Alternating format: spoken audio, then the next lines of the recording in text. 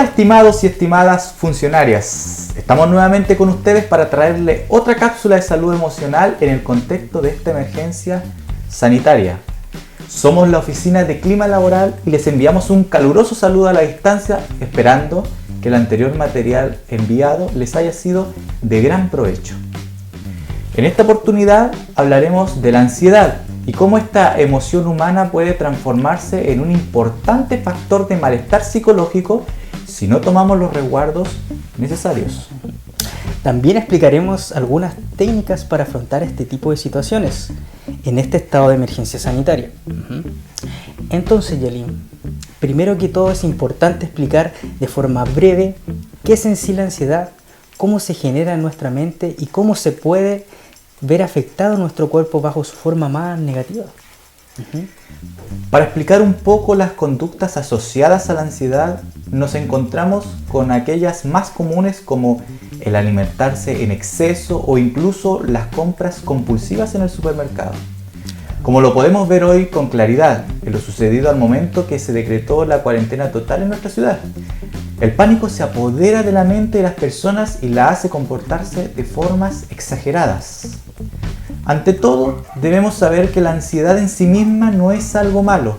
De hecho, es un mecanismo natural de nuestra mente que nos da la posibilidad de anticiparnos y prepararnos ante algún riesgo que pudiese estar amenazando nuestra integridad e incluso nuestra propia vida. A la base de la ansiedad encontramos el miedo y la preocupación. Si sentimos que estamos en peligro por alguna eventualidad inminente, nuestro cerebro se activa y manda señales por todo nuestro cuerpo para prepararlo para dos cosas: huir o pelear.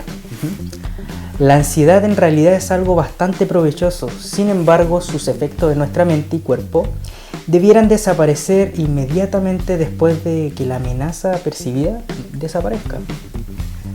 Para poder entender esto de mejor manera, Javier, podríamos decir que la ansiedad saludable es aquella que cumple una función en relación a un peligro real. Por ejemplo, si anduviésemos caminando por la selva y cerca de nosotros escuchamos el rugir de un tigre, inmediatamente sentiremos la ansiedad que prepara nuestra mente y cuerpo para huir o pelear con aquel tigre. Una ansiedad totalmente provechosa. Si por otro lado en aquel momento nos rescata un vehículo donde podemos estar seguros, esa ansiedad debiera disminuir de forma inmediata, pues la amenaza originadora del miedo ha desaparecido.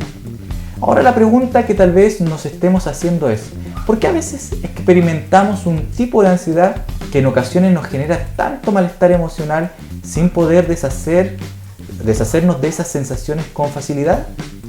Es verdad, Yolín. Hay ocasiones en que sentimos que nos quedamos sin respiración, que nuestro corazón parece salir de nuestro pecho, o bien experimentamos sensaciones de pérdida de la realidad, como si estuviéramos dentro de una película de la cual queremos escapar. Sudoración de manos, nerviosismo generalizado, angustias súbitas, pueden ser algunos de los síntomas que muchos tal vez hemos experimentado, los cuales nos han llevado incluso a creer que tenemos alguna enfermedad grave del corazón o al sistema respiratorio, los famosos ataques de pánico. Si ha experimentado alguna vez este tipo de condiciones o lo está haciendo ahora, es muy probable que haya o esté viviendo algún tipo de trastorno de la ansiedad, es decir, un tipo de ansiedad insana, perjudicial para su salud emocional, claramente.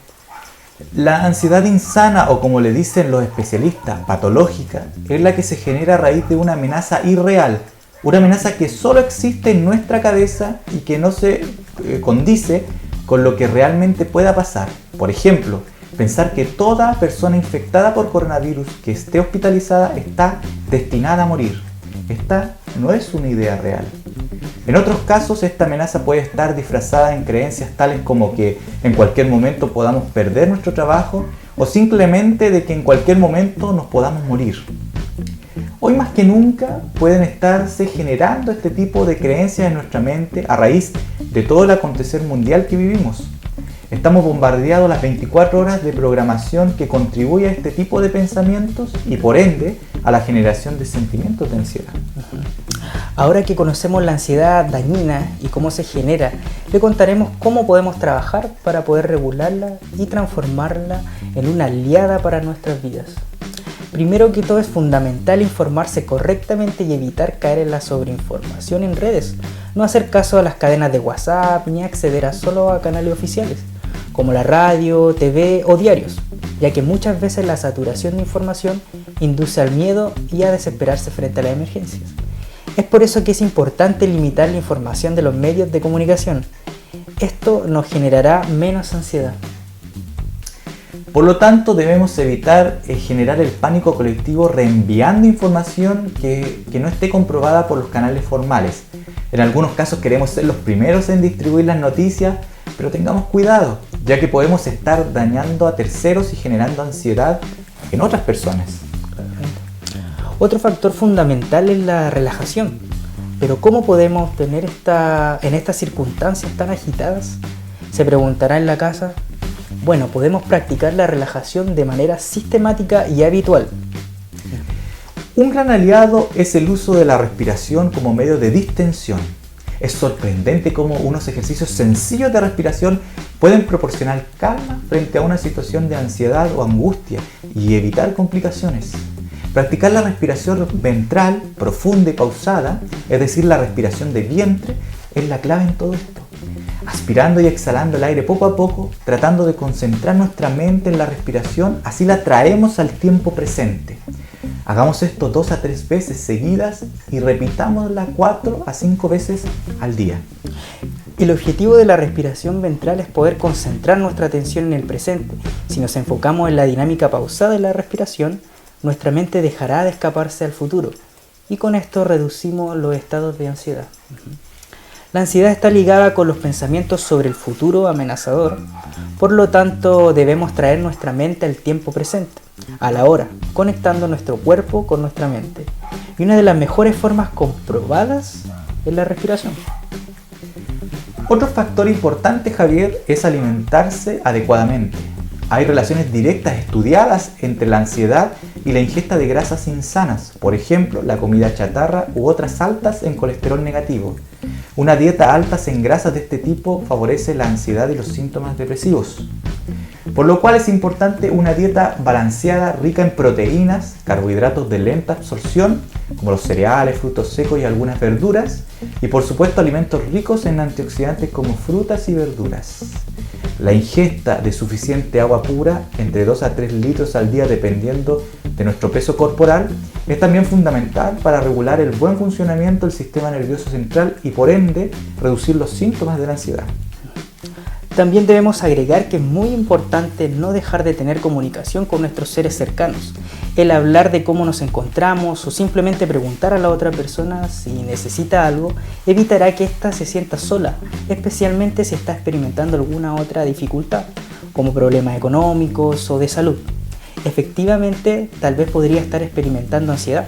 Es por eso, estimadas, que es muy importante no perder el contacto, el comunicarse, sea por el medio que sea, podría estar generando en el otro un toque de alegría. Sin perjuicio de todo lo que hemos comentado, sería importante preguntarnos, Yalin, ¿cómo en definitiva podemos hacer que la ansiedad deje de generar estos efectos desagradables en nuestra vida? Excelente pregunta, Javier. Para esto debemos trabajar en el elemento central de toda esta cadena de factores que genera la ansiedad negativa en nuestras mentes. Nos referimos a trabajar en los pensamientos y las creencias irracionales. Cuando pensamos en cómo se generan los sentimientos negativos en nuestra mente, en primera instancia tendemos a echarle la culpa a las situaciones negativas que nos tocan vivir. Entonces, Yalin, para que las funcionarias entiendan con claridad en sus casas, cuando experimentamos algún sentimiento negativo, inmediatamente tendemos a culpar a la situación o a la persona en particular que supuestamente nos generó tal malestar. Asociamos a estas las causas directas de nuestro sentir desagradable. Por ejemplo, si hoy nos sentimos atemorizados, sin alguna razón específica, probablemente concluyamos que se debe a la actual situación que estamos viviendo y que amenaza nuestra salud y la de nuestros seres queridos. Sin embargo, lo que no vemos es que para llegar a construir esta sensación de malestar o disgustos en nuestra mente y cuerpo, antes tuvimos que procesarla en nuestros pensamientos, como ideas o creencias personales. Entonces aclaremos este punto. Por un lado tenemos las creencias o pensamientos realistas, o racionales. Por ejemplo, en esta situación de emergencia han muerto muchas personas en el mundo, pero también estoy al tanto de que se han recuperado una cantidad importante de personas, conociendo además que estadísticamente este virus es de muy baja letalidad comparado con otros que existen. Y por otro lado tenemos las ideas irracionales, por ejemplo, la idea de que probablemente me infecte a pesar de haber tomado todos los resguardos para que eso no ocurra. Y que además pienso que me veré muy afectado por esta situación, tal vez con la idea más radical que es la muerte. Por lo tanto, tengo los días contados de mi vida junto a mis seres queridos. Una idea, como puede ver, bastante exagerada, ¿no? Claramente. Así, Yalim, por esta razón debemos trabajar principalmente en la revisión de estas creencias que pudiesen estar haciéndonos pasar una mala experiencia emocional y que tal vez estén totalmente alejadas de un pensamiento realista y equilibrado de la situación en sí. Para este ejercicio debemos abarcar 3 áreas importantes de esta revisión mental. Primero, la intensidad de nuestras creencias. ¿Qué tan terrible es esta situación? En segundo lugar, Javier, debemos preguntarnos ¿qué probabilidad hay de que esta amenaza ocurra realmente y nos haga perder la tranquilidad? Y por último, preguntarnos ¿necesito que todo vuelva a la normalidad para ser una persona feliz?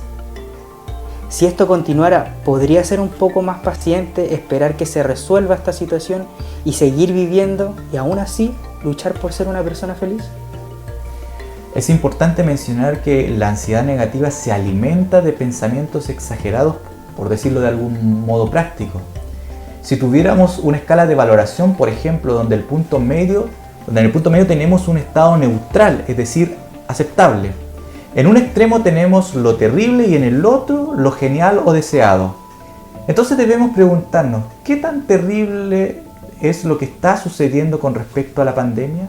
¿Es terrible o quizás es solo algo malo de lo cual se puede salir adelante? ¿Y qué si con el tiempo llegamos a pensar que quizás fue algo bueno, ya que nos unió como familia compartiendo cosas o experiencias que antes no habíamos podido vivir? Entonces, sin anticiparnos al futuro que no conocemos, que aún no existe y que no podemos controlar, démosle el significado equilibrado a todas estas situaciones a través de nuestros pensamientos y creencias realistas, en el momento que corresponda y con la intensidad real que tuvieron. Tal vez lleguemos a descubrir en algún futuro no muy lejano que todo esto no era tan terrible como lo habíamos prejuiciado. Interesante, ¿no creen ustedes? De hecho, si miramos nuestra experiencia de vida, veremos que en realidad hasta los momentos más tristes que nos ha tocado vivir, nunca hemos estado en aquel extremo de valoración, pues algo terrible o de insoportable nos habría generado precisamente el no haber podido soportarlo. Y si estamos hoy vivos y podemos aún experimentar alegría, aunque sea en pequeños momentos, es porque en realidad era algo soportable.